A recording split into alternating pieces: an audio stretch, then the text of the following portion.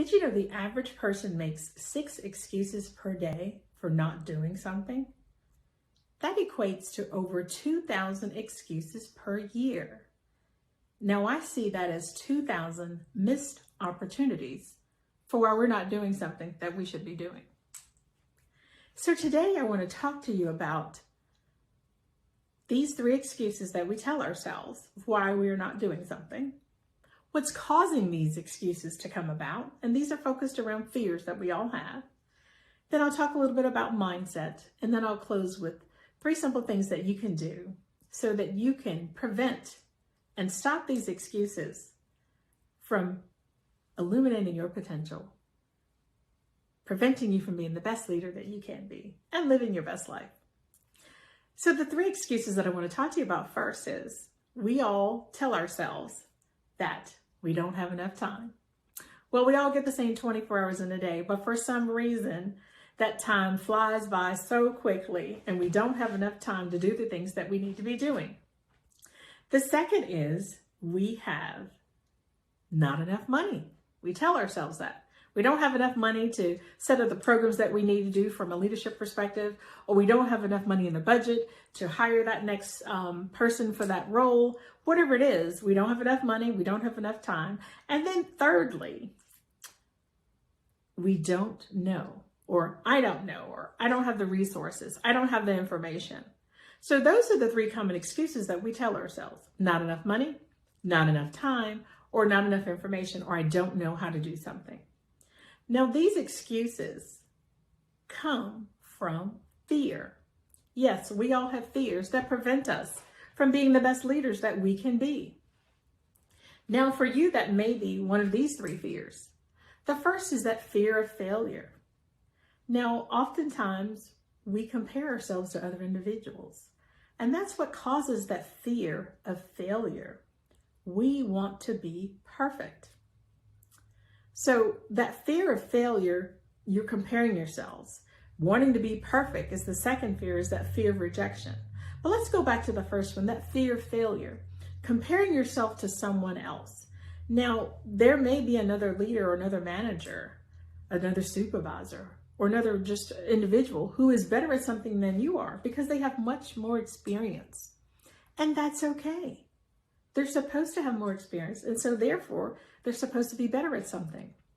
But one of the things I want you to think about is, what is that special skill set or that special knowledge that you have that no one else has? We don't think about that. So we allow that fear of failure to get in the way. Now, the second fear that was just mentioned was that fear of rejection. That's because we want to be perfect. We want to make sure that everything is just right before we take that next level. Every dot, every I, cross every T. You can't apply for that next position because you've got to get everything just right.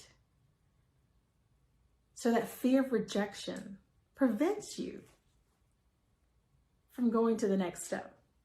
It prevents you from being a better leader because you're, again, comparing yourself to other people. You're trying to make everything perfect. And then the third fear, I call that self-sabotage. But that is the fear of I'm not good enough. So you've looked at all those other fears and then you finally said, well, I'm just not good enough. I don't have enough knowledge. I don't have enough information. I'm not the perfect person for this. Maybe it's not the right time, whatever it is. But that fear of I'm not good enough prevents you from being the best leader, from being the best entrepreneur. Maybe you work for a nonprofit, whatever that is. Those fears prevent you from being your best. Don't allow perfection to get in the way of being a good leader. You see, success is a choice, and we all have to decide which path we want to take. So stop comparing yourself to other people. Stop trying to be perfect, and stop thinking that you're not good enough, because you are. You are good enough. So I'll tell you a short story. I worked in corporate America for 27 and a half years. And on December the 5th, 2014, I was diagnosed with breast cancer. And at that very moment, those fears started to set in. But also at that very moment, as I tell people, I felt blessed with breast cancer because I quickly realized that all those fears that I had as a leader, those fears of applying for that next level position, those fears of speaking up in a meeting where I thought that maybe my voice was not going to be heard, those fears kind of went away. I started to look at life very differently. I put things in a different perspective. Now, you may not have gone through breast cancer. Maybe someone in your family has.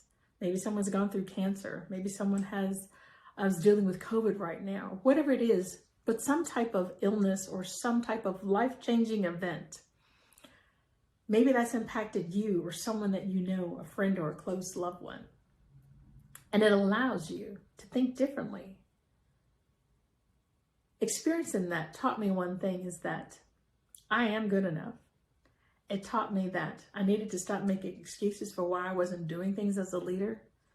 It made me look at life differently, that I didn't always have to look at resources. There were other things that I could do for my staff, my employees, that didn't require money. And it also allowed me to look at resources very differently. So it put life in a different perspective for me as a leader, but also as an individual. So don't allow a tragedy to come into your life so that you have to make changes. You stop making excuses. Because see, this is all stemmed around our mind. So what mindset are you in? There's 3 areas of the mindset that I want to share with you that I think are very important and that helped me as a leader. The first is, I call it the comfort zone. So there's 3 zones: the comfort zone, the learning zone, and the growth zone. So let's talk about the comfort zone first. Learn and adjust to be comfortable being uncomfortable. Now you'll probably say, yeah, that's a cliche. I've heard it before. Well, you probably have, but it is true. When you become uncomfortable, then you start to stretch. You start to open up a little bit more. Your mindset changes and you'll allow new information to come in. You become more receptive to new information, new changes, and it's okay. And as you do that, you go into what I call the learning zone. You start to learn new things. You start to accept new things, new beliefs, new values come into your play. So you're learning new things. You're connecting with new individuals, more individuals like-minded as you. Maybe you connect with someone who's going to be a mentor for you if you're trying to get to another position in the organization. But you need to become uncomfortable and become comfortable being uncomfortable. But then you need to get into that learning zone, which will then put you into the 3rd area, which is that growth zone. And as you start to learn and develop, you will grow. And that's where it becomes so much fun, because knowledge is power. Now, you may feel like you need to educate yourself more professionally or going back to school, whatever it may be, maybe taking some leadership courses, but you want to develop and grow as a leader so that you can be the best for your teams, for your organization, and most importantly, be the best leader for yourself. Be the best leader for yourself.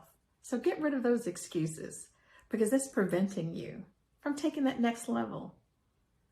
And as you get rid of those excuses, those fears will also go away. You will no longer have those. You don't have to worry about any of that. But you've got to become comfortable being uncomfortable and stretch yourself, because success is a choice. You can choose which lane you want to be in, the successful lane or the not so successful lane, but success is a choice. So I'll close with this statement. There's 3 areas or 3 things that you can do, or basically 3 letters that you can use, but whatever it is a set of 3 that will help you when you're faced with challenges, fears, excuses start to pop in your head. And I call it BET, bet on yourself. B stands for belief. Believe in yourself. Know that you have the knowledge, you have the power, you have the skill set. You're just as good as that next person to be the best leader that you can be. You're just as good as that next person to apply for that job. Just as good. So bet on yourself. E is for have the energy and the excitement. If you're not excited about change, then no one else is. Be excited about what's changing for you so that you can be the best leader. And then T is to take action. Take action. A hope with no action. A dream with no action is just a hope. So take action, take charge, be accountable, be intentional, be the best leader that you can be, and remove those excuses so that you can, as a leader, illuminate your potential in leadership. Be the best leader that you can be for yourself, your department, your team, and your organization. My name is Dr. Linda Jordon. Thank you so much.